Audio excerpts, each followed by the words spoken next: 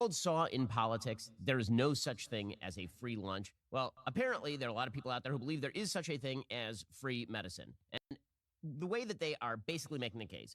Yeah, it's crazy. All these other countries where the medication is like pharmaceutical prices are controlled by the government because they're engaging in like mass purchases because they have a socialized structure for healthcare. In all of these nations, it's just they're operating with I guess pure magic.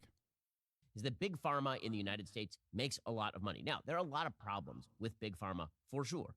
There are drugs that are really not great for people that are marketed as though they are amazing for people. The most obvious example being OxyContin. But it is also true that every single drug you take was developed by big pharma. Every single medicine you take was developed. That's not true. That's not even remotely true. Every single drug you take was developed by scientists working in publicly funded research facilities in colleges and universities. Not a single aspect of this is like the idea that it's only capitalists that are and people who are operating under the profit motive that are making these new drugs is silly. It's ahistoric. There are plenty of incredible examples of people developing patents and then selling it off for $1, like insulin, antibiotics. It's just complete nonsensical capitalist hokum to lie like this, okay? They're lying to you, hoping that you don't second guess it. Ben has been doing this in perpetuity. Every single right wing and even a lot of liberals engage in this lie. It's bullshit, okay? So let's just start there. Wrong. That's not true. Publicly funded research is what guides a lot of medical innovation. The actual funding, R&D costs inside of pharmaceutical companies, the broad majority of those costs are not actually on new novel chemical compound development. It's actually just figuring out ways of extending the patents that they hold on to. They use a lot of their money, they use a lot of their funds to capture a patent, and then after they take the patent, they try to find new ways of extending that patent, new delivery mechanisms, slow release mechanisms, things of that nature. Most of that is the real cost of R&D. They do not invent the drugs. A pharmaceutical CEO has never invented a fucking drug. They have invented new ways of extending. Even they don't do that themselves, but they fund people that invent new ways of extending patents. That's the goal.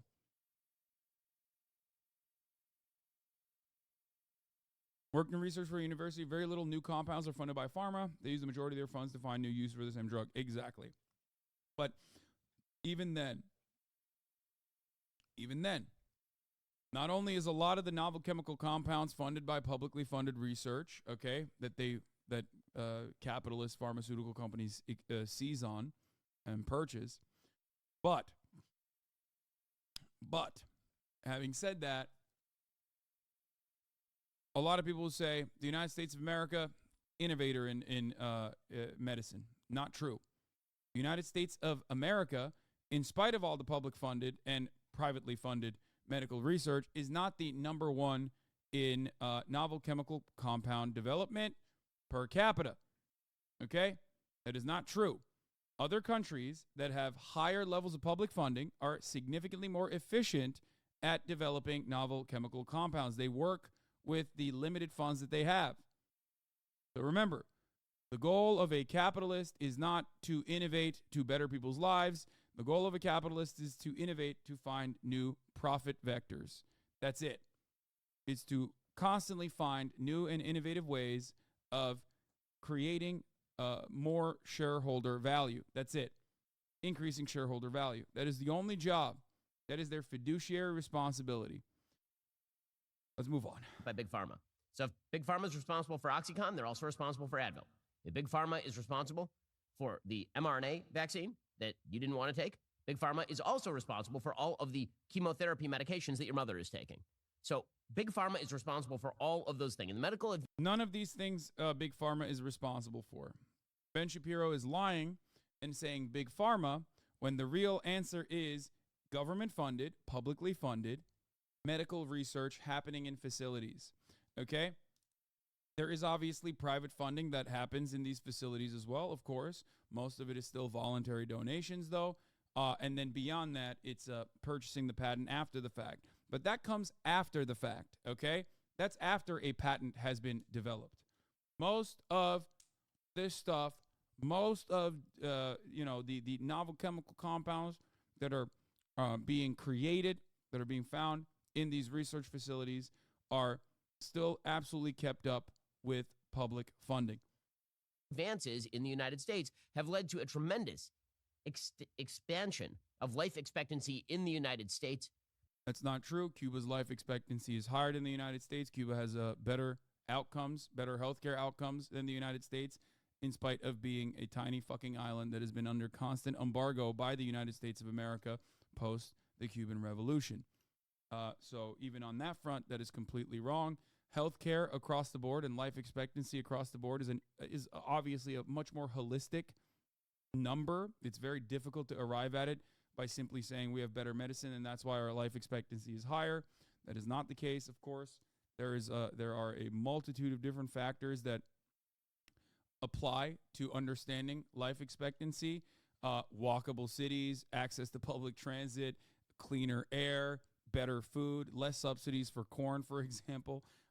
There is no one, your diet, your national diet overall, and how expensive it is to eat healthy. These are all actual factors that go into figuring out life expectancy. So it's not exactly a great metric if you're going to tackle like one issue. But even on that front, the United States life expectancy is significantly worse than other comparable developing nations, or even developed nations, especially developed nations, but even developing nations. So Ben's not even right on that front either. The 5-year cancer survival rate in the United States is much higher than anywhere else on Earth. The reason being, we have better medicines than anywhere else on Earth. It also wrong. Like I said, the only thing that Ben Shapiro can do in a healthcare situation is basically cherry pick data. It's not even all types of cancer that he's talking about. There are specific types of cancers that the U.S. medical innovation is better at, but that doesn't mean that we have a higher life expectancy. U.S. is 77.28, Canada 81. But ultimately, he's not right. And just because someone is good at like ass cancer, let's say, someone is good at like saving people from dick cancer or ass cancer or brain cancer or whatever the fuck, doesn't mean that our healthcare system is actually better than other nations. It is not. Okay? That doesn't even mean that we have better medicine. For example, Cuba has had a lung cancer vaccine for many years. This is something to consider.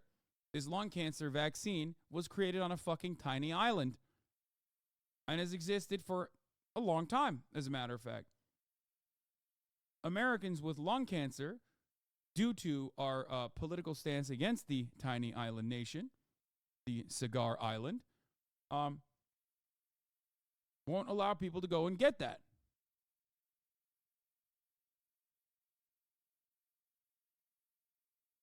So happens to be that we develop a huge number of medical patents right here in the United States. Well, the reason for that is because the United States, when it comes to drug pricing, is maybe the last country on earth that actively allows patients and doctors to buy drugs at the price that pharma is selling the drugs at, as opposed to using the government. This is a very fun way to describe the situation that is horrific. Ben is right, but he is very greasy in the way that he's describing it. Remember, I talked about this earlier. The United States is the only nation on earth where big pharmaceutical purchases were illegal until recently. They were not susceptible to price negotiations. The government made it so that Medicare and VA and Medicaid could not negotiate drug prices when they're purchasing massive quantities of it. That is not a thing that exists anywhere else on the planet. Okay? It was illegal. Now, Ben, of course, is a gigantic piece of shit, so he has to reframe it like it's a good thing. Let me explain. If you're familiar with Costco or Sam's Club, right? If you're familiar with wholesale purchases, you already know when you go and buy an entire fucking tub of ice cream, that shit's going to come down to a much cheaper ice cream per gallon for you, the consumer, than actually going to the store and getting a pint of ice cream. Or what is going to be even more expensive than that is go to a ice cream shop and get a scoop of ice cream. Okay? Because when you're buying a tub of ice cream, it's cheaper. It's cheaper to purchase it in bulk. It's cheaper to consume it in bulk. It's cheaper to sell it in bulk. So you get a deal. Everybody loves a deal. You know who doesn't love a deal? The American government. Every other country on this planet, every other nation on this planet, given that they have some kind of socialized medicine or at least like has to purchase a lot of drugs to bring it into their country, will engage in bargaining with pharmaceutical corporations. This is part of the reason why patents, international patents, are oftentimes held by different companies. International patents are separate than patents in the United States of America and Canada and patents in Japan. Japan is like one of the few exceptions for this. Most companies will leverage their prices. Most companies will leverage their prices and have international patents, and then they'll hold on to U.S. distribution patents, because the U.S. distribution patents is literally better for them and more costly to the consumer because of how costly it is to the consumer because of what I just described to you. Okay? For this specific reason, because we are cash cows and we have no way of changing this system. This is some of the most straightforward lying that I've ever seen Ben do. Sometimes I'm not sure if he understands or not. He knows that he's been lying and misleading in his whole damn video. No, this is something that Ben used to do all the time. I don't think a lot of you guys remember, but like before cancel culture, culture wars, and all this shit, Steven Crowder, Ben Shapiro, right-wing commentators used to put forward these American Enterprise Institute-backed talking points on a regular basis. There was a time and place when I used to argue these talking points on a regular basis as well. We haven't done it in a long time because Republicans kind of realize that this is a losing issue when you're basically trying to tell people that like your drug prices should be expensive because you're subsidizing the rest of the planet or whatever. Like that's a really dumb thing to say. It also goes against the America First principles. So a lot of them dropped it. A lot of them don't really talk about it. They'd much rather talk about issues that they think they can win on, like trans kids or gay people or climate change is a hoax or whatever the fuck. But this is classic Ben Shapiro. I have addressed a lot of these talking points a million times over. You can probably find older videos of me addressing Ben saying these lies before. Anyway. To cram down particular pricing. Now, this has been a bugaboo. The government cramming down particular pricing is bullshit. If anything, the government has restricted itself from purchasing or bargaining at the point of purchase bulk medication that they're purchasing for socialized aspects of the medicine that they offer to the citizens, Medicare, Medicaid, and Veterans Affairs being the three that I have talked about before. Bullshit. Ben is trying to reframe that to make it seem like it's a positive thing. Oh, but like you get to negotiate your prices with your doctors. Bullshit. Nobody does that. Nobody doctor shops. Nobody fucking medicine shops because, and Ben should know this because he's big capitalism boy, there's inelastic demand. If you don't get insulin and you have diabetes, you're going to die. That's it. You have to get the diabetes medication or you're going to fucking die. Therefore, you just suck it up and you pay for whatever the fuck you can to get the diabetes medication. Okay? For a lot of politicians because they look at Canada or they look at Germany or they look at Europe or any place else on earth and they say, well, they're buying those American drugs for far less than we are paying for those American drugs. This is what led yesterday the Biden administration to, through the Inflation Reduction Act, that had nothing to do with inflation reduction. Okay, stop crying about this. If parts of the Inflation Reduction Act are actually lowering government's purchase or giving government more power to bargain at the point of purchase with pharmaceutical companies, that quite literally is reducing inflation. Inflation is, at the end of the day, the cost of goods the cost of goods increasing overall. This is directly reducing inflation. Okay? Just understand, Ben is lying to his audience once again. There is nothing more inflation reducing than giving the government the power to reduce pharmaceutical prices. What the fuck? What is it supposed to do? Maybe you can complain and say Inflation Reduction Act, like they gave money to some green energy initiatives. Like, how is that reducing prices or whatever? You can try to make that argument, but like this is directly lowering the price of pharmaceuticals. It is it's inflation reduction. That's what it is. At all. It turns out that pretty much the entire thing was about giving away money for green boondoggles and also apparently screwing up the drug markets. There it is. Yesterday, the U.S. government named 10 drugs that will be subject to the first ever price negotiations by Medicare, taking aim at some of the most widely used and costliest medicines in the country, according to the Wall Street Journal. At stake is arguably the government's strongest effort to date to tackle high drug costs if drug makers can't persuade courts to scuttle the negotiating powers that Medicare was granted last year. On the list of targeted medicines announced by the Biden administration Tuesday are treatments for cancer, diabetes, and heart disease that can cost tens of thousands of dollars a year or more, including the blood thinner Eliquis and diabetes treatment Jardiance. Medicare spent $50.5 billion on those drugs last year, according to J.P. Morgan Chase. The 10 drugs include many drugs fighting diabetes. There's an arthritis drug from Amgen called Enbrel that's on the list. There's a psoriasis drug from Johnson & Johnson. Stacy Dudzina, a health policy professor at Vanderbilt University School of Medicine, said this is a major step toward reducing drug spending. And of course, Joe Biden is very excited about all of this. He says we pay way more for prescription drugs than any other economy in the world. And here he was yesterday explaining that if it's sold in Chicago, you are paying more money than if you are buying it in Toronto or Paris. A drug company that makes a drug here in America, if it's sold in Chicago, you can buy the same drug in Toronto or Paris cheaper than you can buy it in Toronto. In Chicago. Okay, well, that's true. But the reason that that's true is because basically the United States has allowed a bunch of other countries to free ride off the prices that Americans are paying. So what exactly would the downstream effects of this be? Well, according to the Wall Street Journal, the positive downstream effects would be lower prices. Those would take effect in 2026. Medicare would save an estimated $25 billion a year by 2031. The savings would mostly go to Medicare because it pays the bulk of the cost of the drugs. The reductions wouldn't directly affect the price patients pay at the pharmacy counter, but the price cuts would have an indirect impact on people's spending. Medicare plans to use the savings to put a $2,000 annual cap on how much members have to pay out of pocket for drugs starting in 2025. So it sounds like an unalloyed good, right? Everything is great. It's awesome. There's only one problem, which is that medical innovation in the United States is about to crater.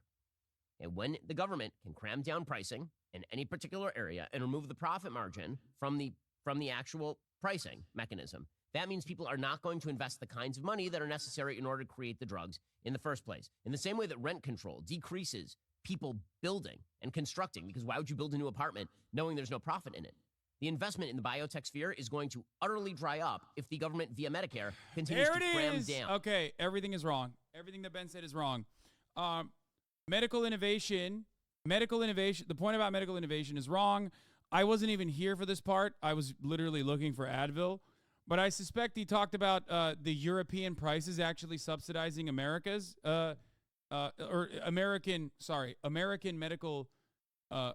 pharmaceutical purchases are actually subsidizing European prices, I assume. This is a American Enterprise Institute talking point, as I mentioned before.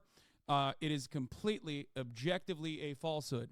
Companies operate on the profit motive, okay?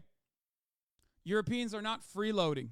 They're not freebooting on pharmaceutical prices because Americans are actually paying more. It's a really, really, really fucked up situation. They are still turning a profit when they sell to Europe. Because if a drug is not profitable to sell, capitalist corporations will simply stop selling them. That is the reality. My friends, that is the scary reality that even with the low-ass pharmaceutical prices that European markets pay for, that governments all around the nation, all around the world pay for, those companies are still turning a profit, okay? And no, it's not because they are getting subsidized by the American purchasers. That is precisely why I said some of these companies have separate every single drug has separate patents, separate distribution patents. Okay? Every single drug has it. Sometimes a company doesn't even have the same patent for the American distribution and the international distribution. So how could they ever turn around and subsidize if another company is the one who is selling internationally? Okay? Also, the other side of this is like, how are you an America First Republican guy if you're saying that America should subsidize the rest of the planet? That doesn't make any dang sense to me. Okay? The second part of this argument is that because Ben has to be a demon and because he has to be a capitalist charlatan, he has to turn around and try and claim that there is a negative consequence of your grandmother buying drugs cheaper now. Okay? He has to make something up. So he turns around and lies about R&D. Well, ding, ding, ding. Good luck. HasanAbi Piker is on the job. I've already explained this. The United States is not the leader in novel chemical compound development. All novel chemical compounds, pretty much damn near the entirety of the field of medicine is happening. All the medical innovation that we're talking about is happening in publicly funded institutions. Okay? It's mostly publicly funded. As a matter of fact, when it is publicly funded, it is more efficient. Turns out, novel chemical compound development per capita is not number one in the United States of America. Turns out novel chemical compound development is better in other countries, including, I think, Switzerland. I forget where it is. What? Imagine streaming on Twitch and not doing it for profit and then use it as an argument for profit while doing an ad break of the hour. Actually, thank you, chatter. You cooked me a little bit, but I had forgotten to run the top of the hour ad break, so I'm going to run it right now. How do you even measure innovation? Well, like I told you, novel chemical compound development. Okay? That is how you measure medical innovation. Who is finding a new drug? Who is finding a new chemical compound that is going to be used in a drug? Okay? Novel ways and innovative ways of serving the top of the hour ad break also happen in the chat. Chat is probably better at novel ad break debates, ad break segues per capita than I am. So good job, chatter. Here's the 3-minute ad break now. If you no longer want to see that ad, all you need to do is subscribe for $5 or free with a Twitch Prime by connecting your Amazon Prime account to your Twitch account. You can also get gifted a sub. If you're lucky, use the 3-minute ad break now. Yes, most medical innovation and biomedical research happens at public universities or private institutes with public grants. Exactly. And not only that, but in other countries where medicine is funded predominantly by the public in a higher percentage, they are apparently more innovative than the United States of America. They are more efficient than the United States of America in generating novel chemical compounds. So that's one. That's number one. Just remember, it's completely made up. Ben is lying to you. He is lying through his teeth. Completely lying. Which is that medical innovation in the United States is about to crater. And when the government can cram down pricing in any particular area and remove the profit margin from the actual pricing mechanism, that means people are not going to invest the kinds of money that are necessary in order to... Bullshit. Bullshit. As I already said, bullshit. It's publicly funded research. Create the drugs in the first place. In the same way that rent control decreases people building and constructing, because why would you build a new apartment knowing there's no profit in it? The investment in the biotech sphere is going to utterly dry up if the government... Once again, absolutely bullshit. I'll give you an example. Places where there are far more restrictions on pricing of new housing units actually yield better outcomes and have been able to combat homelessness significantly better than the United States of America. The reality is that the for-profit housing sector is precisely the reason why we have so many homeless people everywhere. I will give another European example once again, because Europe is both gay and socialist and also La La Land, where magic happens. Simply, we cannot do this in the United States of America. But Vienna comes to mind. The capital of Austria has been incredibly innovative in this wonderful new thing that isn't so new called public housing. 65% of the homes in Vienna are publicly owned. They are public housing, and they have they're perfectly adequate. They're great, and people love that shit. They are incredibly affordable, and therefore they have significantly less homelessness. Anyway, so there it is. The idea that government intervention is actually bad or government regulation is actually bad is a silly one. Via Medicare continues to cram down policies like this one. By the way, the policy itself is absolutely wild. I mean, the way that they are cramming this thing down is that they go to the companies, that the Medicare goes to the companies that produce the drugs, and then they tell them that they are now going to be subjected to this sort of arbitrary choice where they pick your drug out of the lineup and they say, from now on, we are going to cram down a price on you. This is such a funny fucking video. There is 0% chance that even the dumbest of hogs, okay, are going to watch this video and go, I agree with Ben Shapiro. You have to be the sweatiest neoliberal nerd on the fucking planet. You have to be the sweatiest Austrian economist on the planet, the sweatiest ANCAP libertarian, whatever the fuck, on the planet, to watch a video like this and go, Ben is so right. Most hogs, I do not believe, agree with Ben Shapiro. America rocks 1776. Any drug that is developed with a significant portion of taxpayer money should not allowed to be patented. Read the comments. Have you ever seen a YouTuber have such clarity in its comment section? This motherfucker's name is America Rocks 1776. Go ahead. He gets it. Only the sweatiest fucking losers on r/neoliberal will look at a video like this and go, actually, this is, Ben is completely correct here. He is doing the right thing. He's doing God's bidding here. I get that R&D is done by American companies, but still, there was no explanation why the same medicines cost less in Mexico, Canada, and other countries. That is the part that doesn't add up. And a wizard did it is how it sounds, in fact, that everyone seems to avoid explaining this in a clear manner and jump to something else. Brilliant. That's fucking awesome. He's right. Why is it that the same pharmaceutical corporations are able to sell the same drug in Mexico for a much, much, much smaller price? Wow. How did that happen?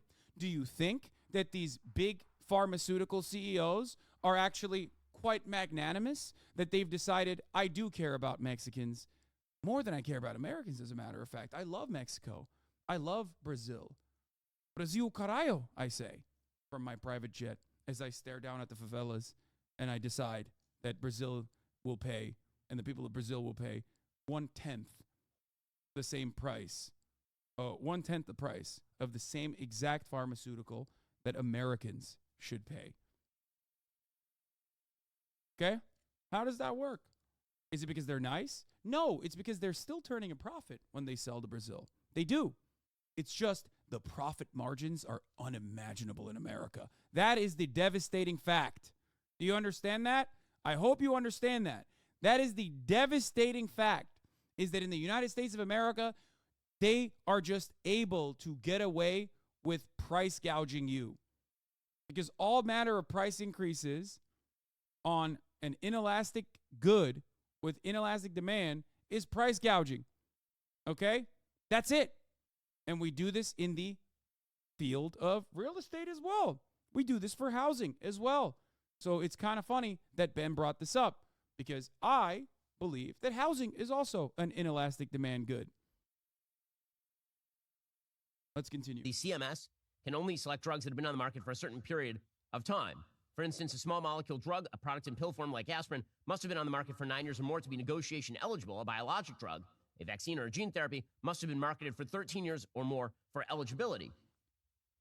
There are a couple of exemptions that drug makers can use. They can say that they're small biotechs and they manufacture like one drug, or biologic drugs that have a high likelihood of getting biosimilar competition within a couple of years on the list. There's no reason to cram down the price. There's going to be somebody who's... He's saying that generics will come out and they will actually adjust pricing, except generics do come out. Just wait 13 years. Oh, just kidding. We dumped a fuck ton of funds into R&D at Pfizer and decided the patent has been extended for another 9 years. Just wait. Come on. Just wait another 9 years. Oh, at the end of that patent, they figured out another way of another delivery mechanism. So just wait another 9 years for the generics to come out.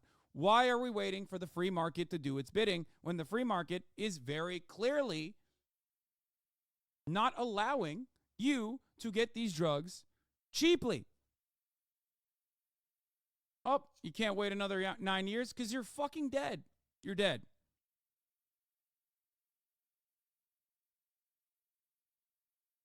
He's talking about copycat drugs, not generics.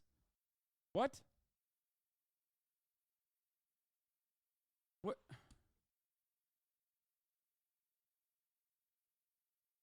What do you think a generic drug is? Wait, am I confused here?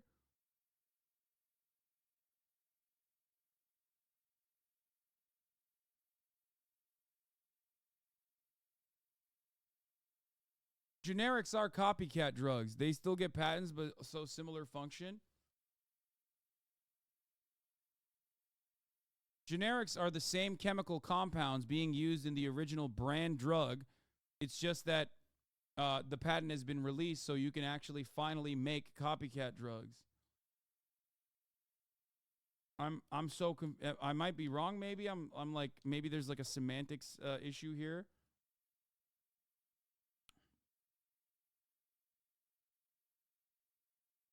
Chatter is correct. The example Ben is using is slightly different.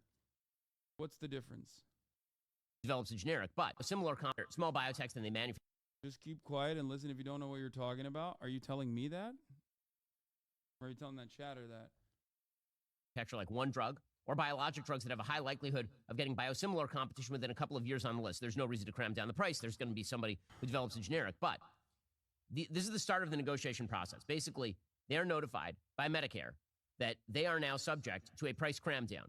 And they have to decide then whether to enter into talks. If they choose not to, they would then face an excise tax scaling up to 95%. 95%. So they would still be able to sell their drug to Medicare, but Medicare would then claw back via the power of the federal government 95%.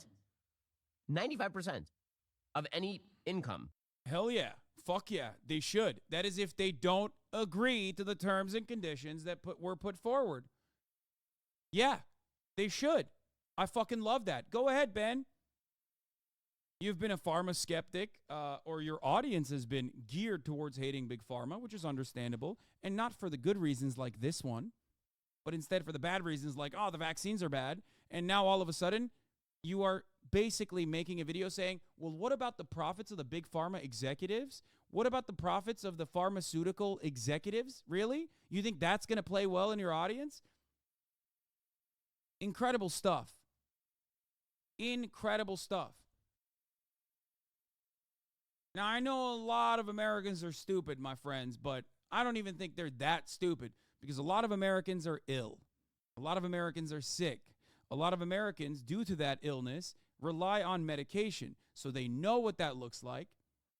That's part of the reason why they hate the pharmaceutical overlords that run our lives. Basically making the argument that your grandma should die so that executives can make millions is going to make people disagree with you real fucking quick. Yeah, no matter how stupid people are, even the dumbest person knows when they're being fucked, okay? To this degree. This is a direct action-reaction, direct tangible consequence situation. You are not going to be able to get away with lying in this situation to a broader audience. From that drug. Or they would have to leave Medicare or Medicaid altogether, which, by the way, doesn't help patients on Medicare or Medicaid a whole hell of a lot. Ben, famously also, as some of his commenters even recognized, refused to tell you why Mexico gets to pay way less for the same fucking drugs. What is it? Is it magic, Ben? Is it the magnanimous nature of pharmaceutical providers? Pharmaceutical executives, sorry. Big pharma? Do they like Australia more than they like us? Is that why they're giving better deals to them? Or is it because they're engaging in collective bargaining? Is it because they're engaging in price bargaining at the point of purchase? There are places when we're talking about socialized medicine, certain countries will literally refuse to pay the prices that big pharmaceutical corporations are demanding for their drugs. Those drugs get pushed out of the market then. They just don't buy it. In my opinion,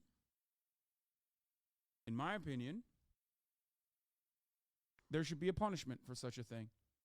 That every single government should be able to punish pharmaceutical corporations for refusing to sell at the price points that governments are engaging in good faith when they're negotiating.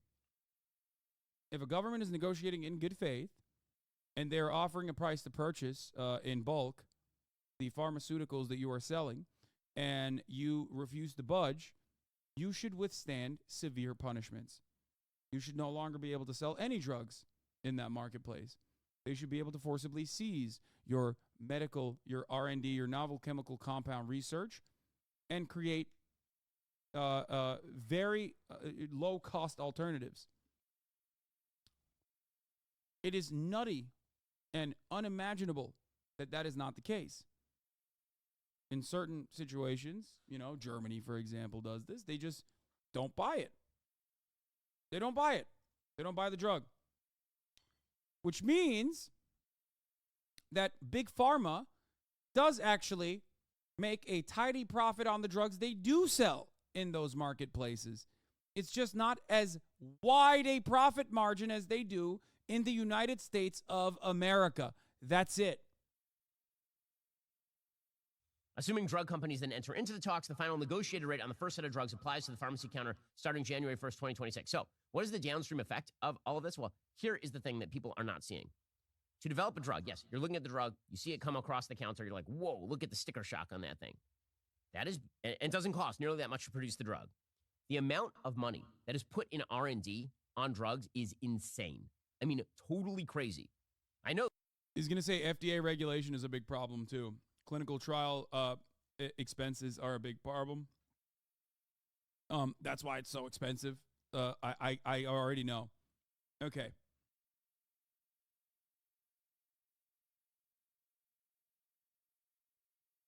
Let's look at R&D and private pharmaceuticals. Okay.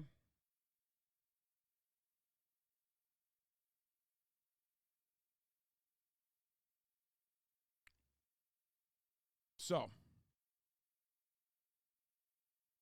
even the Brookings Institute shows that the relationship between R&D spending and the supply of new drugs is modest. Remember, this is the Brookings Institute. Okay? The scope of the public sector's contribution to drug discovery and development identified in this study is somewhat overwhelming. Our analysis focused on identifying HIN-funded research associated with the 356 drugs that were approved from 2010 to 2019, and there are 219 distinct biological targets.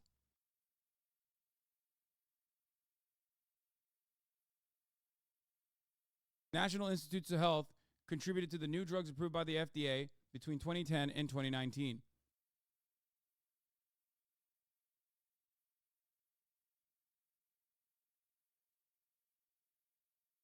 To damn near all of them. So, one trick that capitalists play, pharmaceutical corporations play, is R&D, where they say R&D. We're spending so much money on R&D. Research and development for ways to extend patents on the same drug is not research and development for novel chemical compounds. This is how they lie to you. Most of the research and development in the private sector goes into new delivery mechanisms that end up extending the patent that you're holding on to. Okay? Understand that.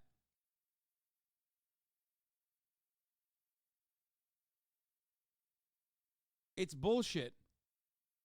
when they say R&D is what is the reason why these drugs are so expensive.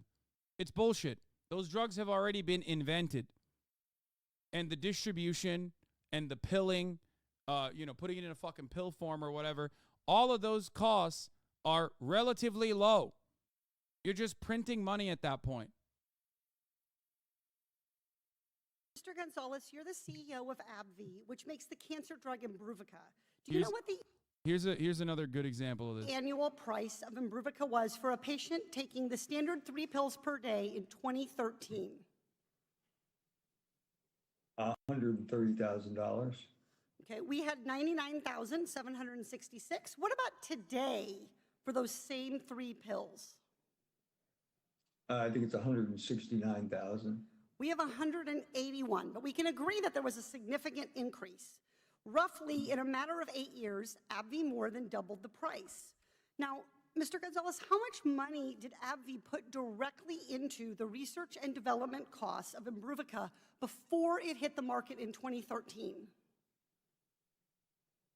We acquired Imbruvica when it was launched, so it would have been the company that we acquired. Which So we acquired AbbVie, reclaiming my time, so AbbVie itself didn't spend any money to create Imbruvica. It was invented by a smaller company, Pharmaceuticals, which you later acquired, correct? We paid $21 billion for the company, correct? It was expensive to acquire them. So you paid fair market value for Pharmaceuticals, but AbbVie then doubled the price, presumably justified by its $2.45 billion investment. So did that investment make the drug new or better? Did it make it work more efficiently? Did it cure anybody? Or did they simply raise the price of the drug because they could? Because if you don't have the drug, you die. In R&D.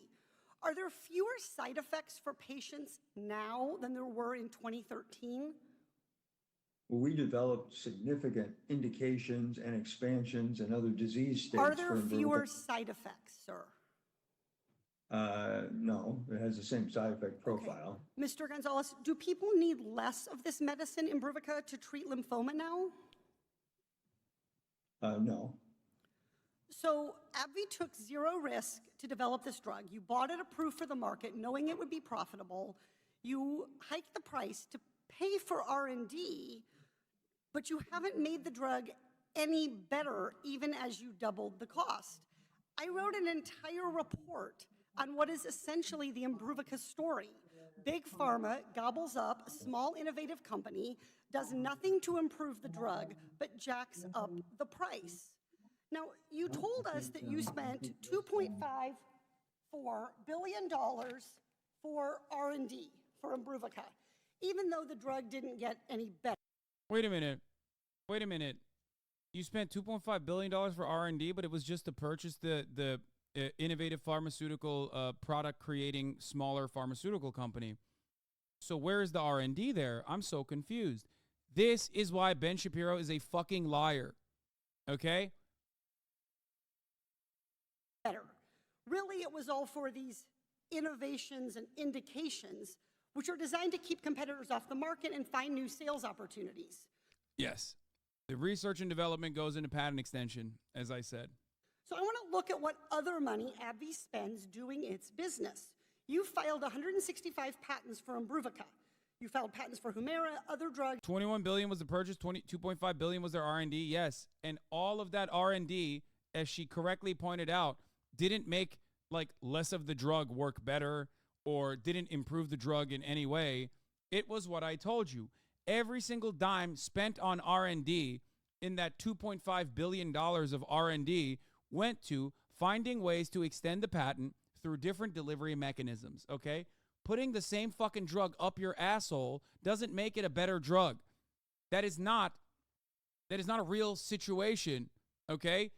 Or finding a fucking gelled version of the drug so you can put it on as a patch can be a little helpful for people who can't swallow the drug or some shit. But ultimately, the real reason why they're doing that is so they can extend the fucking patent. Don't be a sucker.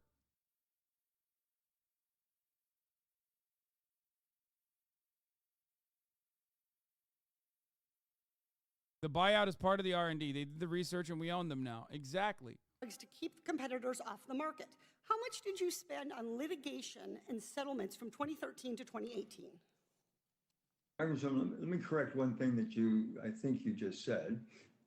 And it is not true that we didn't invest in additional indications and additional diseases. As an example, we received approval after the development work of graft versus host disease. Reclaiming my time.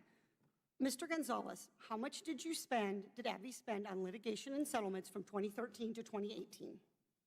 I don't have that number offhand. We'll be happy to give it to you. Okay, $1.6 billion, $2.45 billion on R&D, $1.6 billion in litigation and settlements. What about marketing and advertising? How much does AbbVie spend on that? Well, marketing and advertising, we spend about $4 billion a year. Yep, 4.7, 1 billion.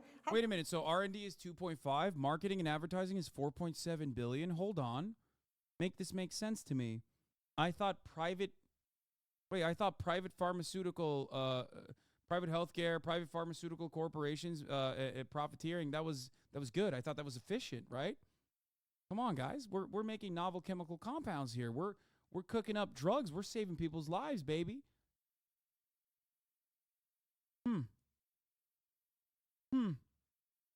Really interesting that they've spent almost double the amount on marketing and advertising. So we found out that the R&D cost was simply for patent extension, okay?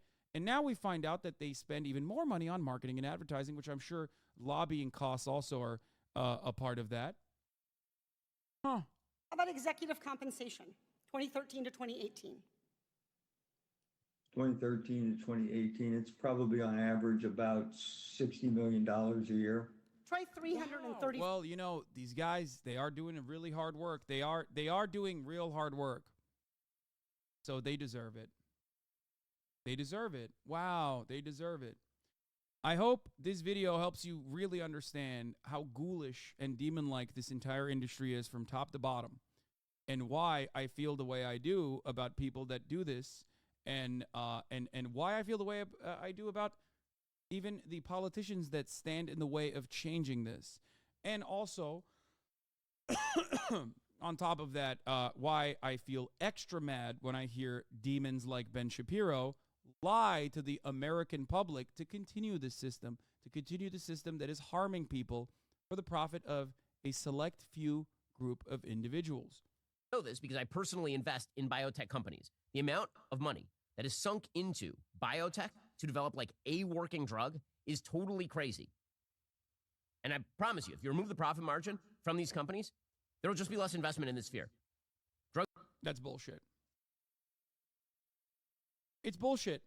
Also, remove it entirely. Remove the incentive of profit entirely from pharmaceuticals and let it fucking thrive. Okay? He said, trust me. Why would we trust you? It's been 6 minutes and 38 seconds, and you have lied 13 different times. Every single point that Ben Shapiro has brought up, with the exception of one point that he argued from the opposing side, the freedom to figure out how much you want to pay for drugs, okay? Every single point that he brought up was completely a falsehood. Why would we trust you at that point, Ben? You just said, trust me, that's it? That's the reason? Drugs that would have been produced just will not be produced. I'll get to more on this in just 1 second. First, I want to talk to you about DailyWire's most trusted privacy partner. Oh, that's great, man. Thanks. Yeah.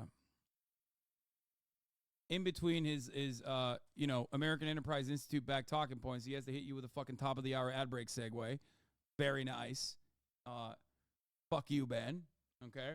At the top of the hour, there is a 3-minute ad break, though. And if you no longer want to see those ads, all you need to do is subscribe, which you can do for $5, or you can do for free with a Twitch Prime. By connecting your Amazon Prime account to your Twitch account, you get 1 free Prime subscription a month. Use it on your favorite broadcaster, not Ben Shapiro. Hopefully, I am your favorite political commentator broadcaster you're using it on. Or you can get gifted a sub. I invest in biotech, so my opinion is totally unbiased. This motherfucker said that with a straight face. Yeah. Ridiculous.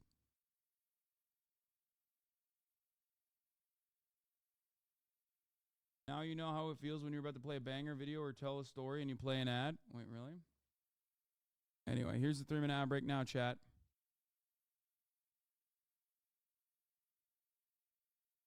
In order to understand why the government can't just simply name prices for drugs and then magically the price comes down, you have to see the downstream effects. The prices on those drugs will indeed come down. It's the drugs that will never be developed that are the unintended consequences. So in 2019 alone, That's really interesting. The drugs that will never be developed. That's really cool. For every made-up argument that Ben has, there is 1,000 real-world examples that you could point to where companies will literally stop medical innovation dead in its tracks when a drug could potentially be used for a different purpose if the drug patent is about to run out. Okay? Psychedelic Gazelle, thank you for the 10 gifted subs. Kid Nation producer, thank you for the 5 gifted subs. This funny-ass name. I love that. He's like, what about all the drugs that won't exist because big pharmaceutical CEOs that aren't spending the resources in finding novel chemical compounds? You know what I mean? What about these fake drugs that might exist in the future? Ben, remember, has made zero arguments as to why profit-centered pharmaceutical manufacturers are better at innovation, because there is no evidence for this. It is the exact opposite of this reality, okay? There is no drug that has not touched publicly funded institutional research. There is no novel chemical compound without public funding in facilities where these novel chemical compounds are being founded. And the United States, like I said already, is not the leading innovator in the field. Okay? Your tax dollars and grants are funding this innovation. All it takes is for one of these companies to then come in, once the chemical compound has been innovated, to purchase it, purchase the patent.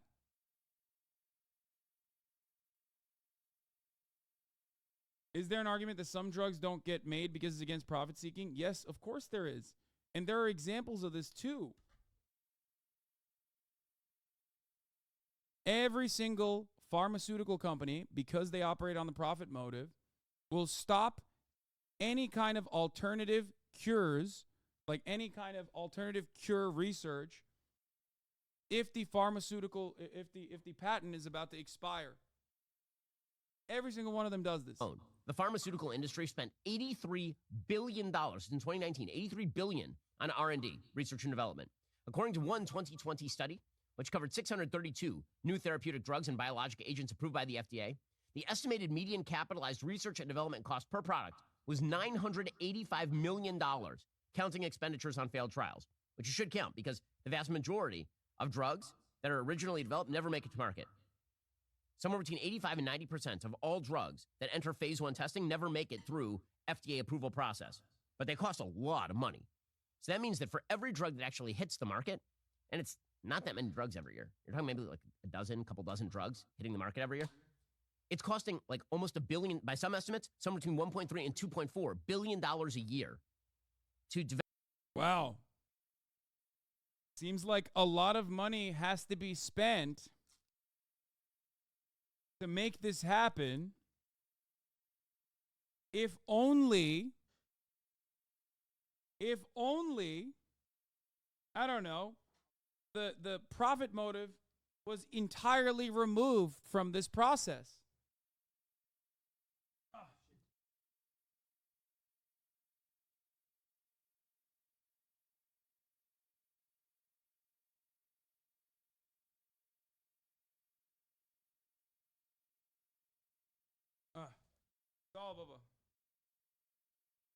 Develop each one of the, 1.3 and $2.4 billion to develop each one of those drugs.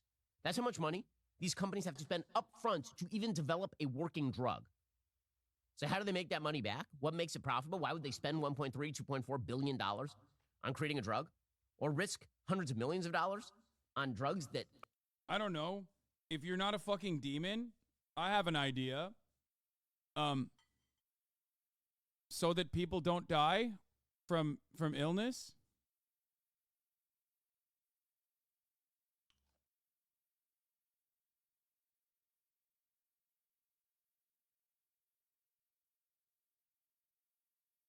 You know, that's an idea, I think.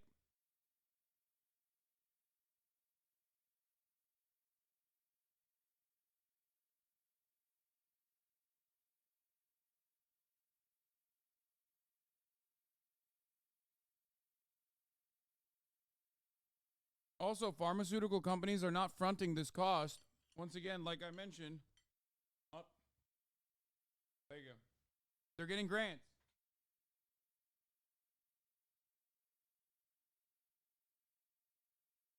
Baba, inanılmaz. İnanıyorum. By the way, my dad did a new way of cooking the chicken today, and it's fucking insane. And here's some fried, well, not fried, but I don't know what he did. I think he air fried some onions and peppers too. It's so crazy.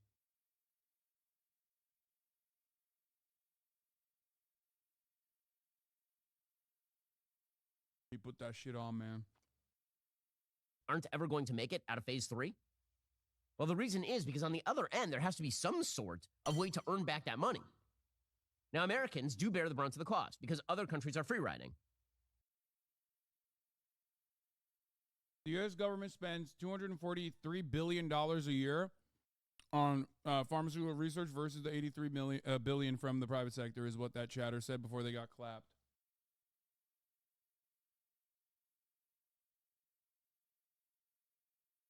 The U.S. government spends $245.1 billion in 2020 on medical research versus the $83 billion from private.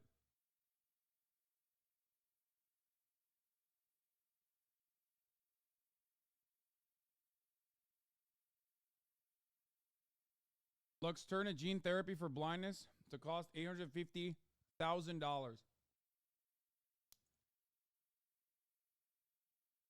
Guys, there's nothing we can do. It just has to be this price point, you know? It is what it is.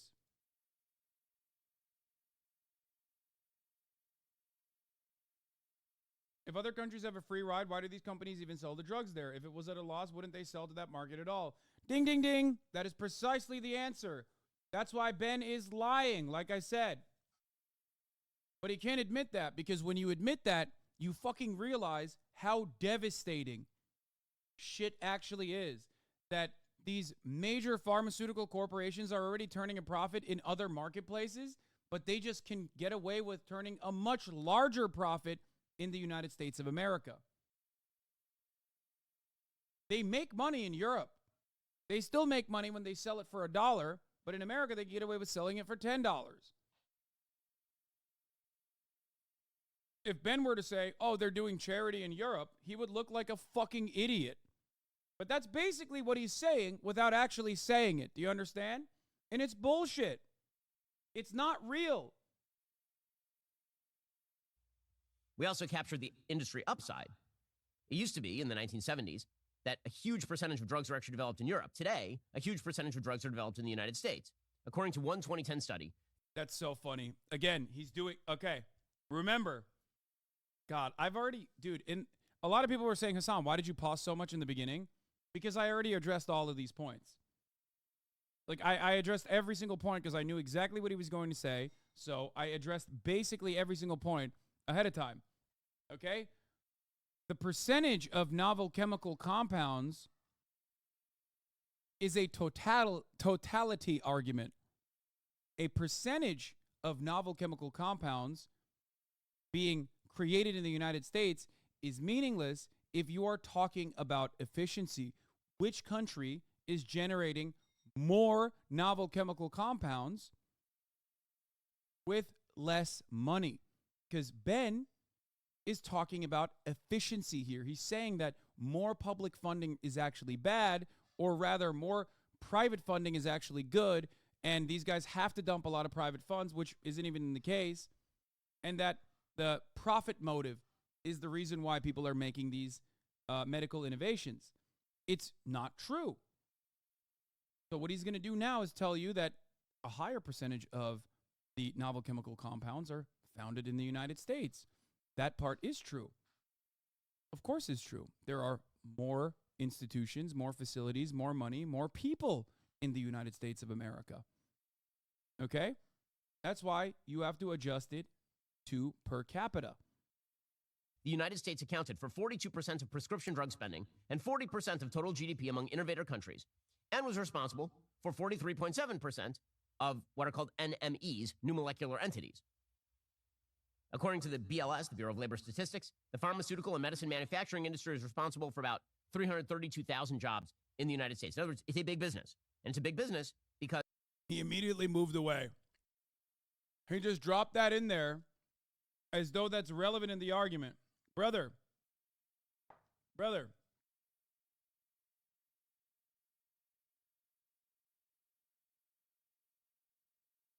That is such a fucking stupid argument to make.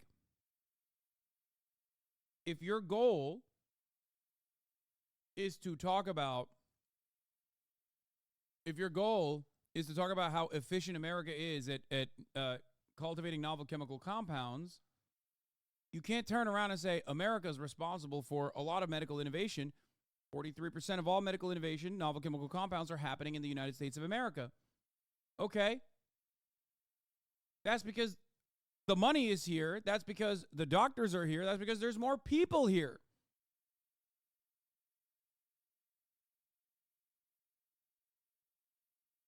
And even in the United States of America, the overwhelming majority, as a matter of fact, in medical development still comes from public funding.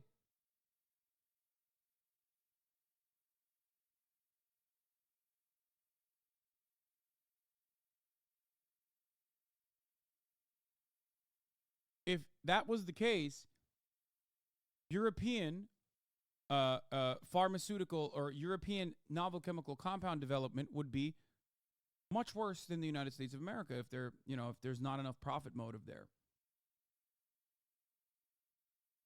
Anyway, having said that, he moved immediately away from the totality argument. He just dropped it in there, snuck that in there, and then talked about jobs. Okay? Jobs. Okay. Yeah, it's a big industry. So what? So the fuck what? Who cares? Oh, I'm sorry, it's a big industry. I guess the industry of killing old people is going to continue to thrive because it hires a lot of people. Are you making an argument? The government, are you making an argument for a inefficient business to continue existing? What are you, a fucking socialist? What is this shit? This is a very childish idea, the idea that people will have to do and create drugs just for the sake of doing something good instead of winning more money. And the idea that the state can one day do this better than private companies is also a childish idea. Brother, it's only a childish idea if you're a fucking idiot. Because what you just described as a childish idea is objective fact. That is what I'm describing to you. You're so fucking baby-brained that you don't even understand that that is literally what is the reality, and this guy is lying to you. Okay?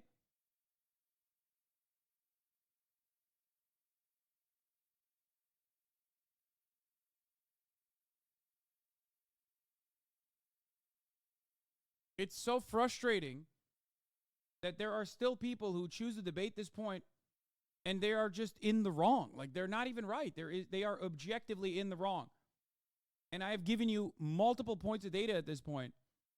How much money the United States public funding goes into novel chemical compound research, development, and what kind of R&D funds are actually just wasted on patent extension mechanisms.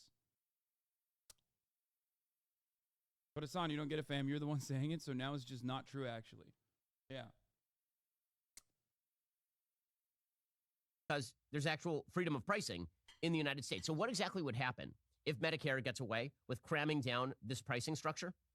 According to National Review's Jeff Zimira, drug development would drop off. And that's not according to him, it's according to the CBO. The Congressional Budget Office has predicted the scheme provided for under the Inflation Reduction Act would lead to a manufactured revenue loss of 15%.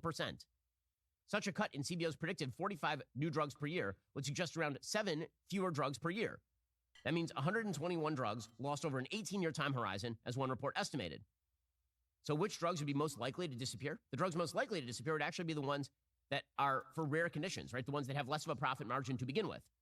Those drugs would just go away. So you can forget about... Yeah, except, if we were to lower pharmaceutical prices to like European standards, it's very clear that they still make money. So how does that work?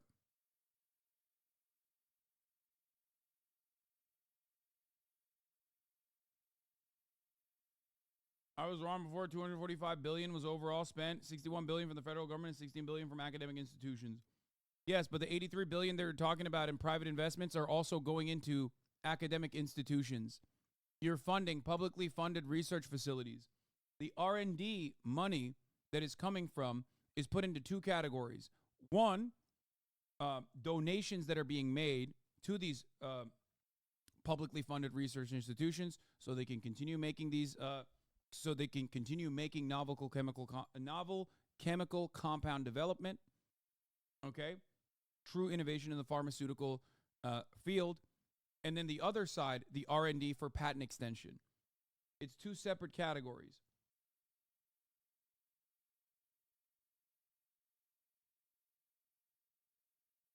As also, drugs for rare diseases are subsidized by separate federal programs, which Ben also ignores. Yes. He's wrong anyways. We have the Orphan Drug Act to help with rare disease states. Huh. The funniest part about this is that we haven't even gotten to the morality of the situation because he's so objectively incorrect on the facts that we haven't even gotten to like the should people make money off of this. I don't believe so. I don't think so. But I guess ultimately, because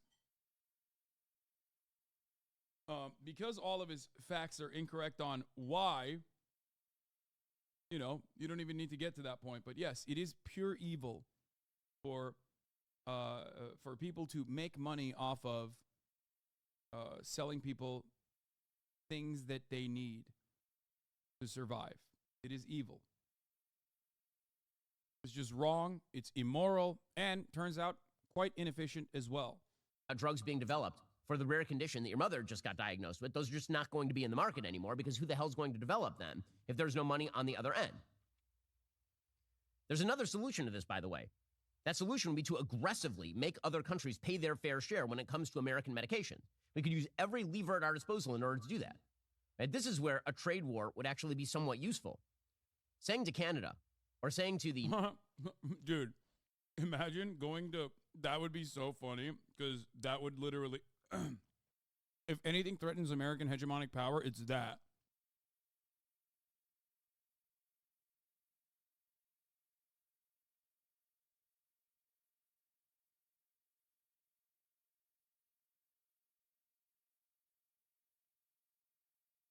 It's so funny. He said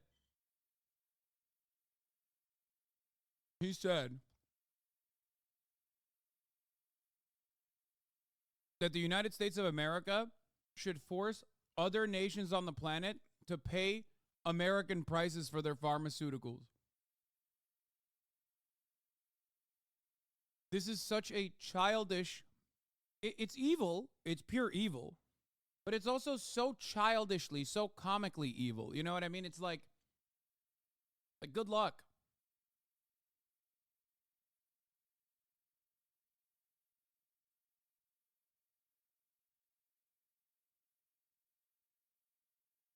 Lazan, if I paid for higher premiums, so should other people. Ben is 100% correct. Fuck the government. I want it privatized.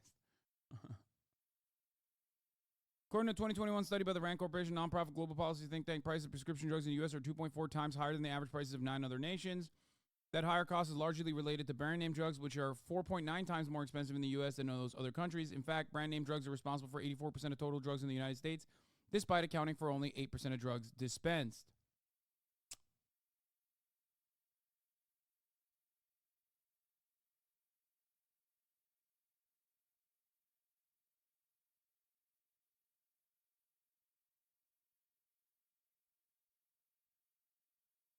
This also is a relatively favorable study that makes pharmaceutical corporations look good or better.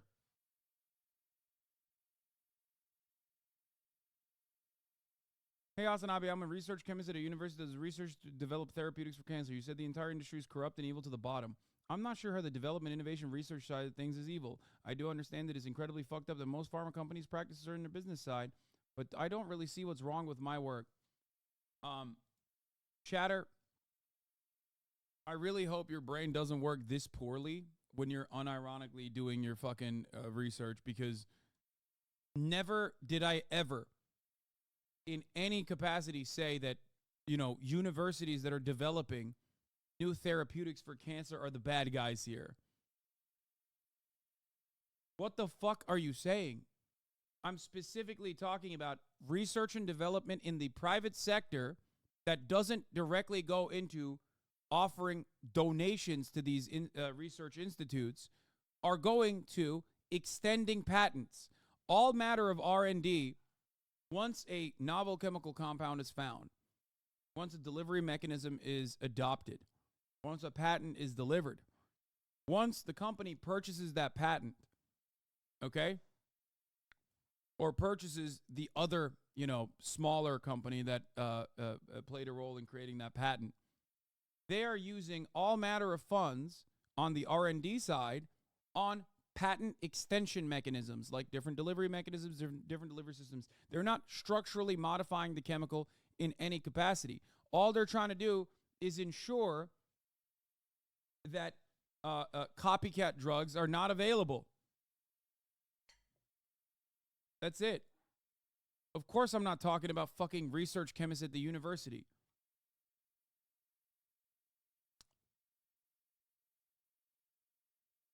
What is happening?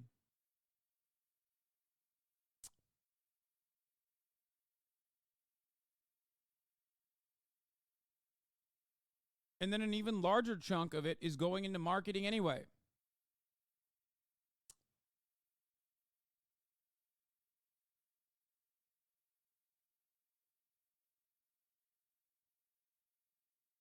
Pharmaceutical companies also allocate retained earnings and other financial resources to R&D and shareholder payouts.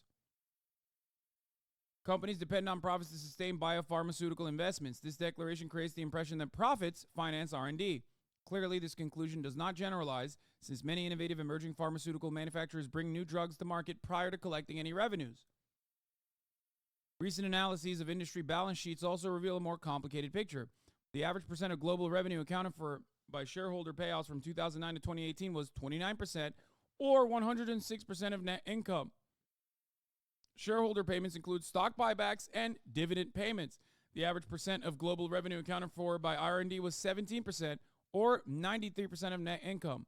Thus, for the largest pharmaceutical companies in the world, R&D plus shareholder payouts sum to 199% of net income. Clearly, R&D is not being funded primarily by retained earnings. Debt during the 2009-2018 period for over the top 18 firms averaged around 58% of global revenues, or over 200% of net income. Debt has more than doubled since 2009, suggesting that there is more to R&D funding than simple retained earnings.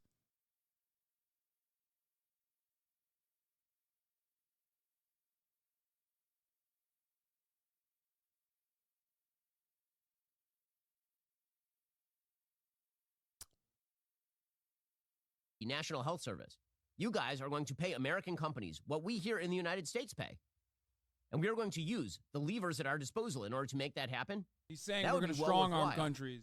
Because right now, basically, America is subsidizing the rest of the world when it comes to drug creation. But the solution to that isn't for American government to then cram down a pricing mechanism on the big...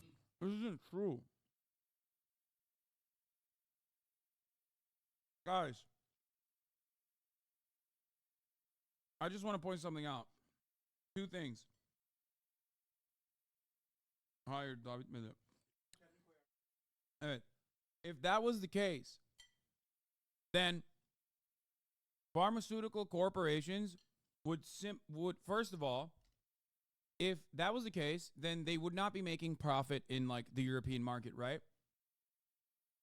But then a patent for distribution of a certain brand drug would have to be maintained by the same company internationally so that they could leverage the low prices against the high prices in the United States. However, distribution patents are separate, oftentimes owned by separate pharmaceutical corporations. Distribution patents for the United States and Canada are separate than distribution patents for the rest of the international market, with some exceptions in Japan.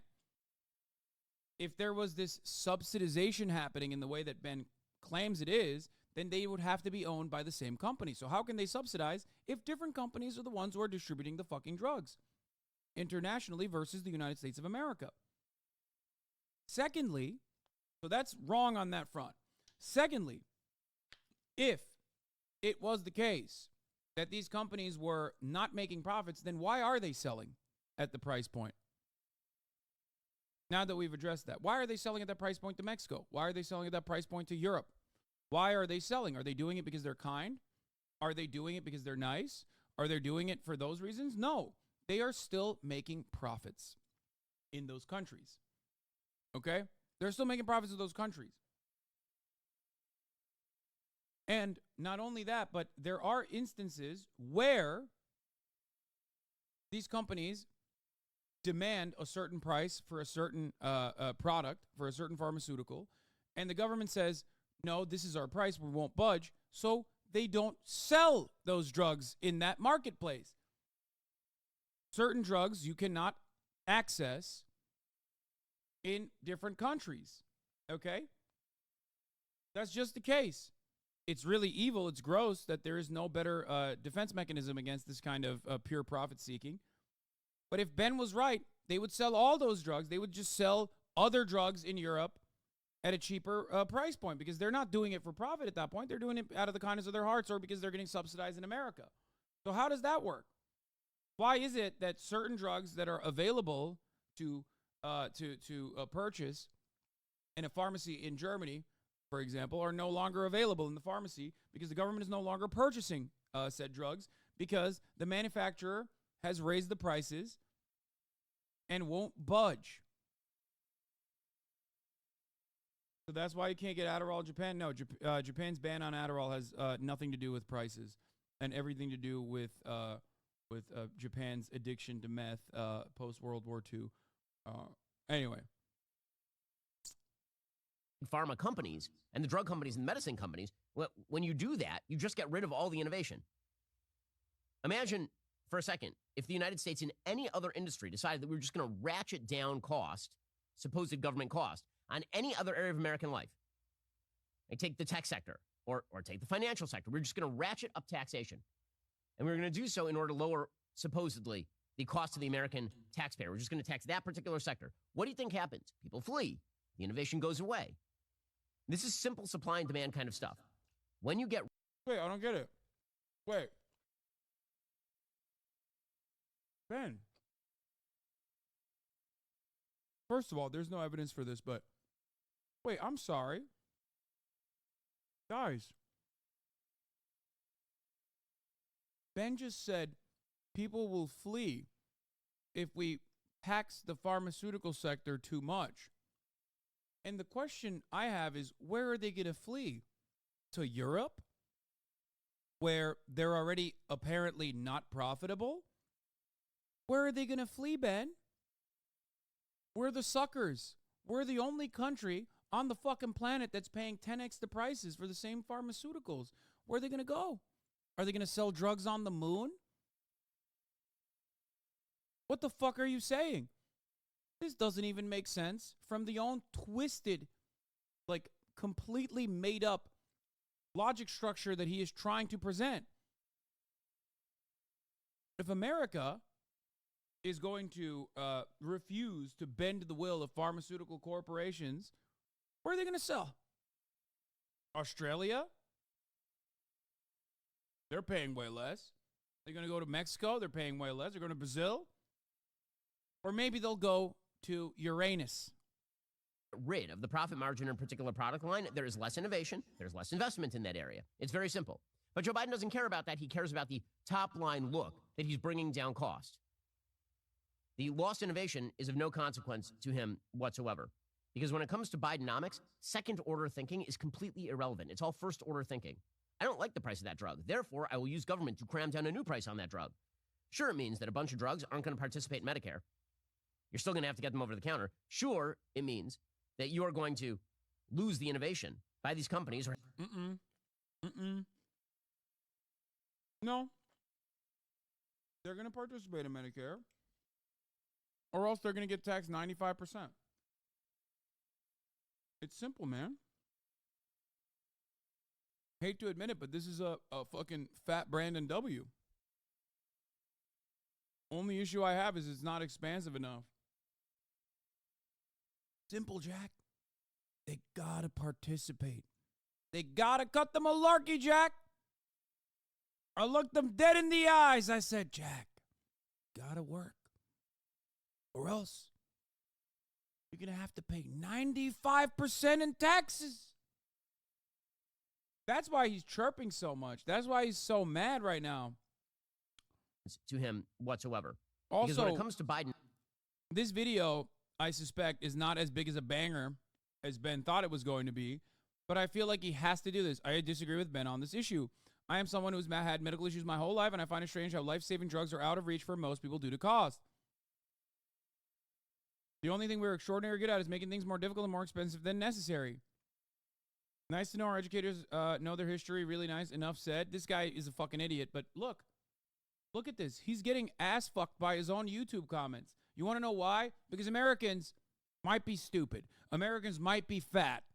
Americans might be lazy. Americans might be selfish. But a combination of all of those things mean Americans need medication, and they're getting ass fucked on a daily basis. They've personally seen it. Not every conservative knows a trans person, but every conservative has a family member or themselves that is in desperate need of some kind of reform in pharmaceutical pricing. Okay? That's right. We are a nation of diabetics.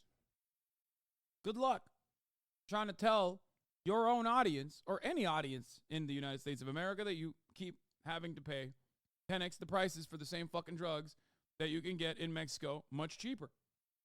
economics, second order thinking is completely irrelevant. It's all first order thinking. I don't like the price of that drug. Therefore, I will use government to cram down a new price on that drug.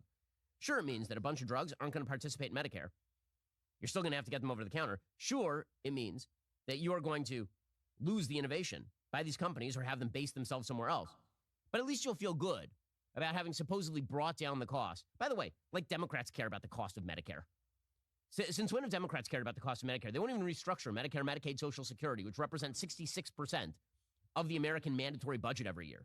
Anytime anybody mentions maybe we should restructure those programs in order to lower the costs, they're like, no, we can't touch it. Apparently, the only way to touch it is to confiscate money and innovation from the private sector. Yeah.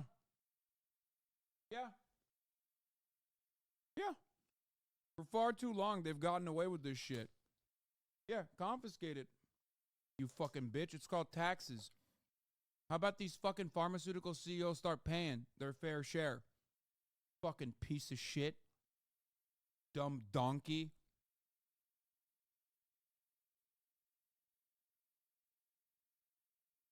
Imagine making a 46-minute video talking about how CEOs, pharmaceutical companies, shouldn't be paying their fucking fair share and should be able to freely shellac the American population so that their shareholders can make a tidy profit at the end of every quarter. Get the fuck out of here, dude. No way. No fucking way. Hasan is such a parrot.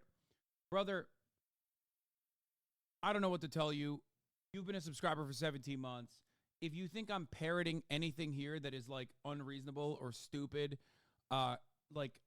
you probably need better medication than the ones you're currently on. Okay? You're literally watching Ben Shapiro parrot talking points from the American Enterprise Institute. Talking points that have no truth to them whatsoever. If anything, I'm parroting my own takes from 10 fucking years ago on the same subject matter.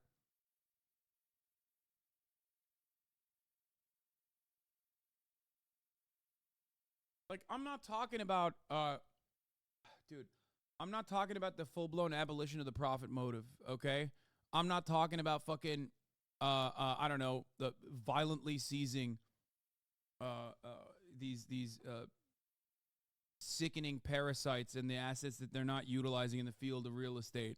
I'm just straight up saying we should do European style, social democratic price controls on pharmaceutical purchases like the rest of the planet, including countries that have significantly less than the United States of America, because in those countries, they're still turning profit. These pharmaceutical corporations are still turning profit. That's crazy to me that this is like the least objectionable thing that I could have said, so much so that Ben Shapiro's dumb hog audience understands this, and yet you are here.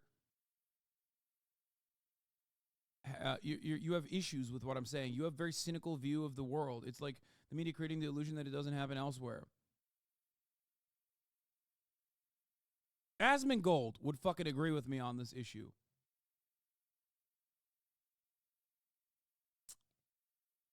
You know what I mean?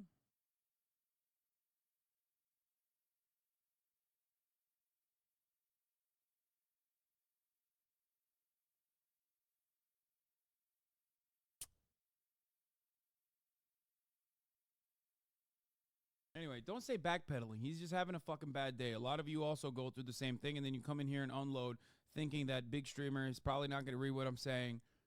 It'll make me feel better. Okay? A lot of people do that. Genius ideas. We'll get to another genius idea that's going under the radar and is being crammed down by the Biden administration via the National Labor Relations Board in just 1 second. First, it can be very tough. Okay, the rest of this is probably bullshit, I assume.